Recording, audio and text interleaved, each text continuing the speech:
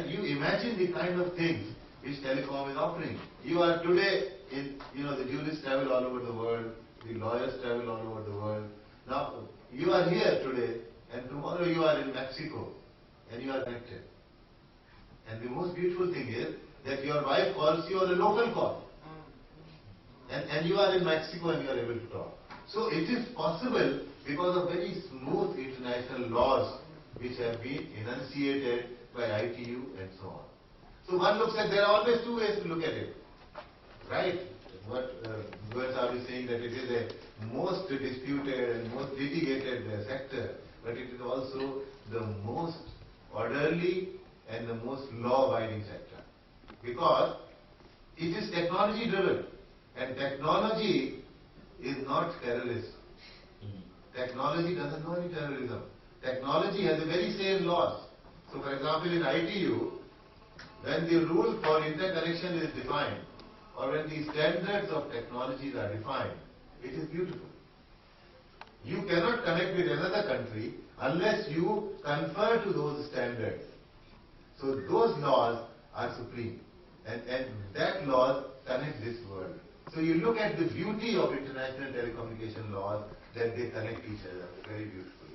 That is one point which I wanted to make. The other point which I want to make is the kind of abiding principle, because ITU doesn't have any power.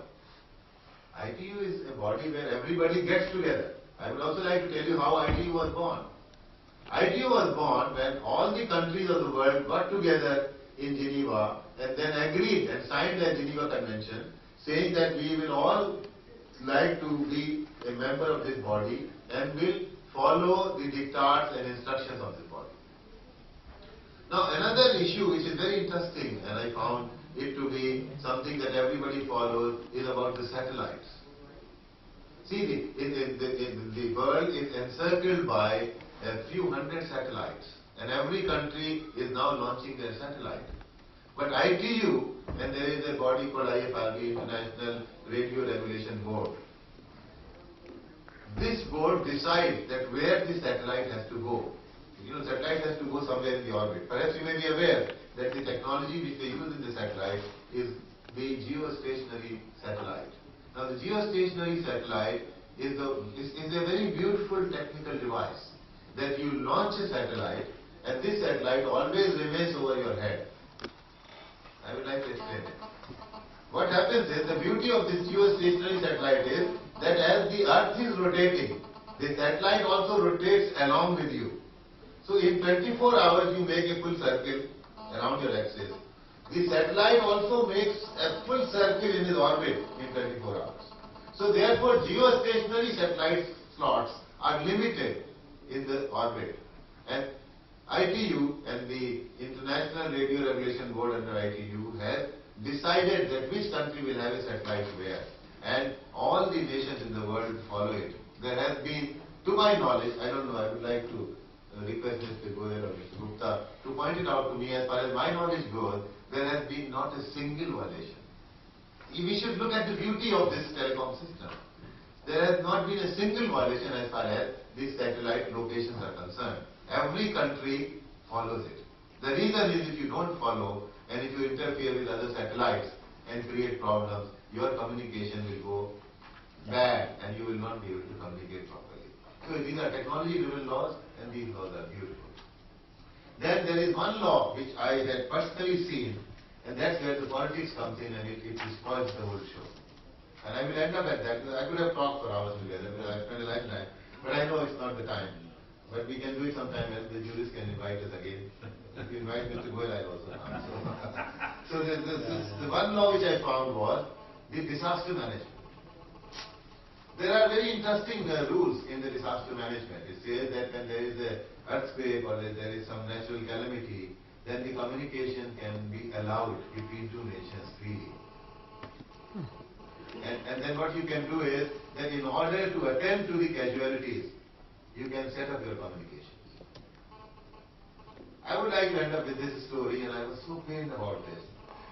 There was a massive earthquake, if you remember, in the borders of India and Pakistan.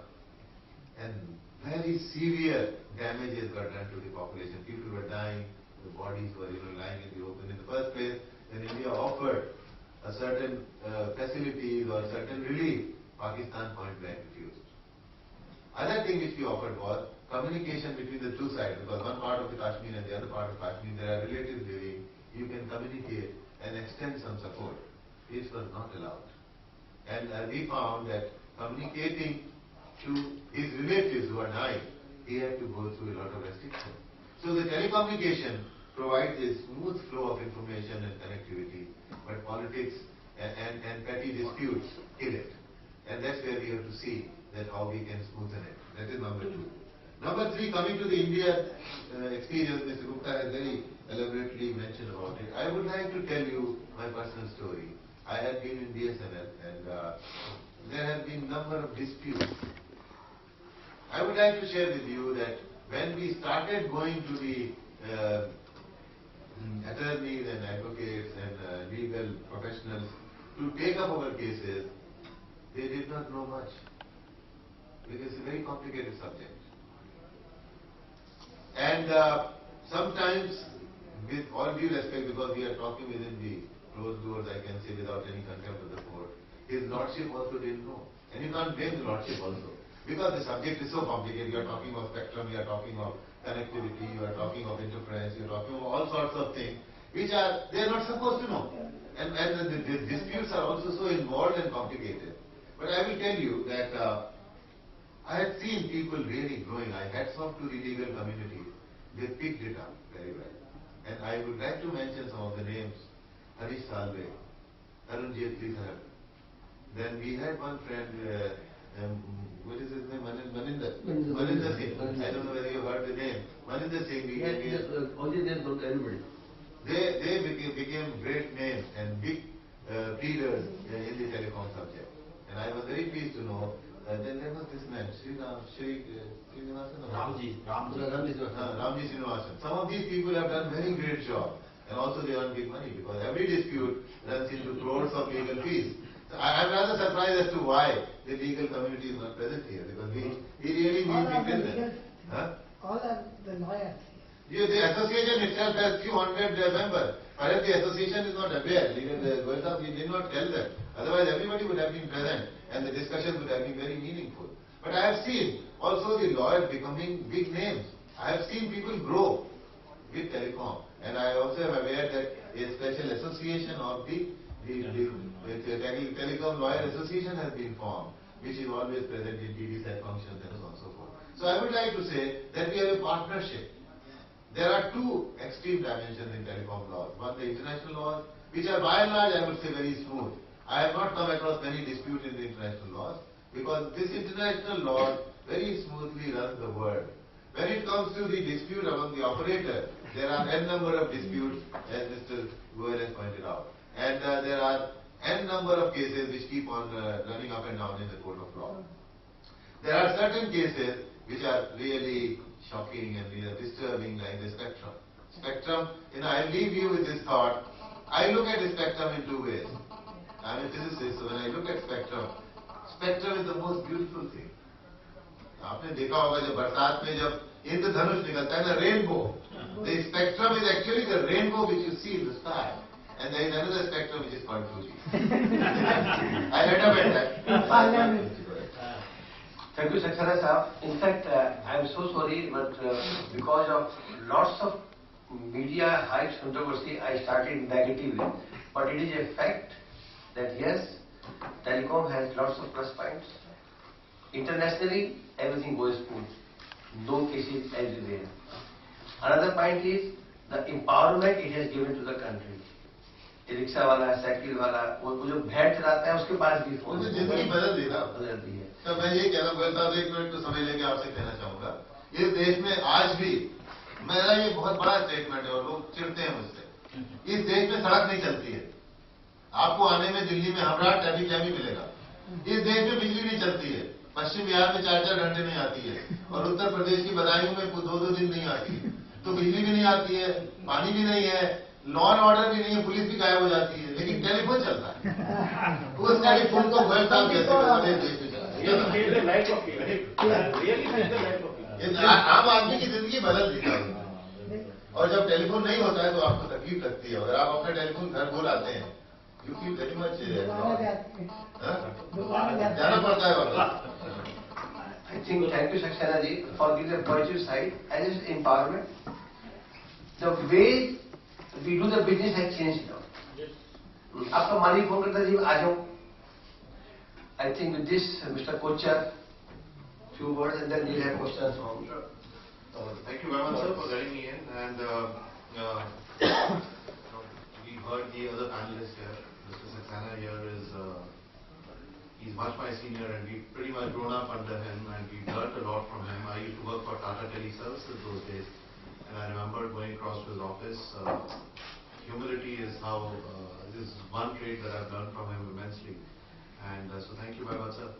Now you can't really light a candle, to salute the sun. So my spiel here is going to be pretty much like lighting a candle in front of Mr. Saxena and the others here.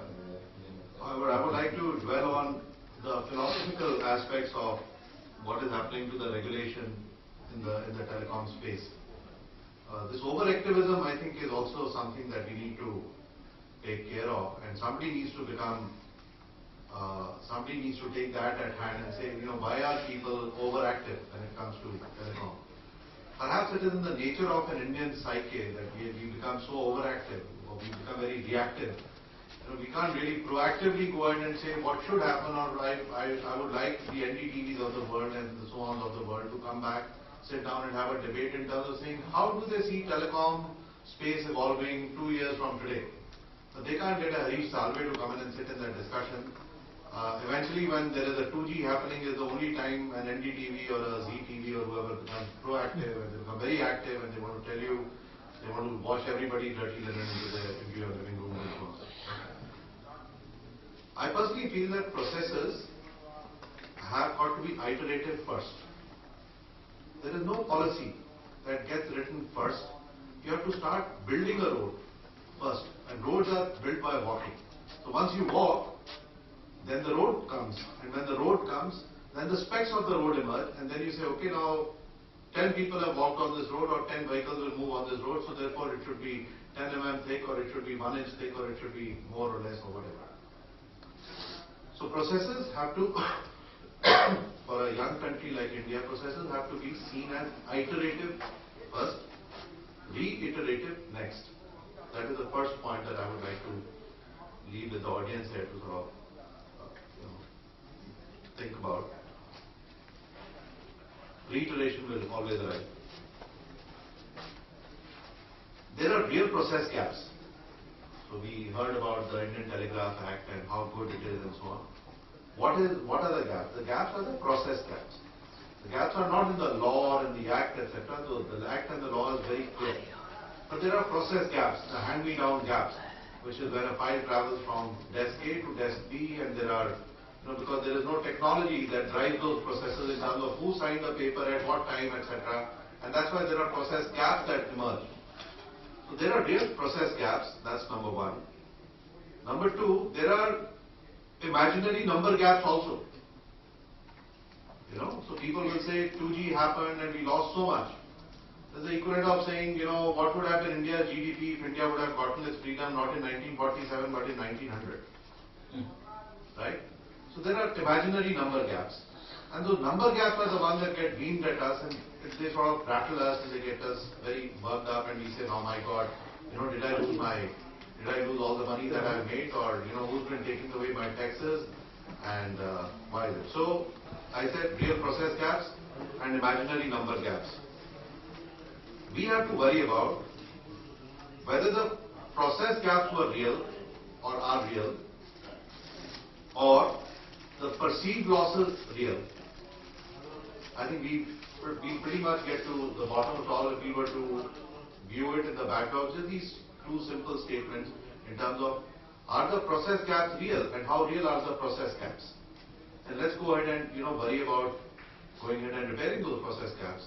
Or are the number gaps that are emerging today, are those real? So those are the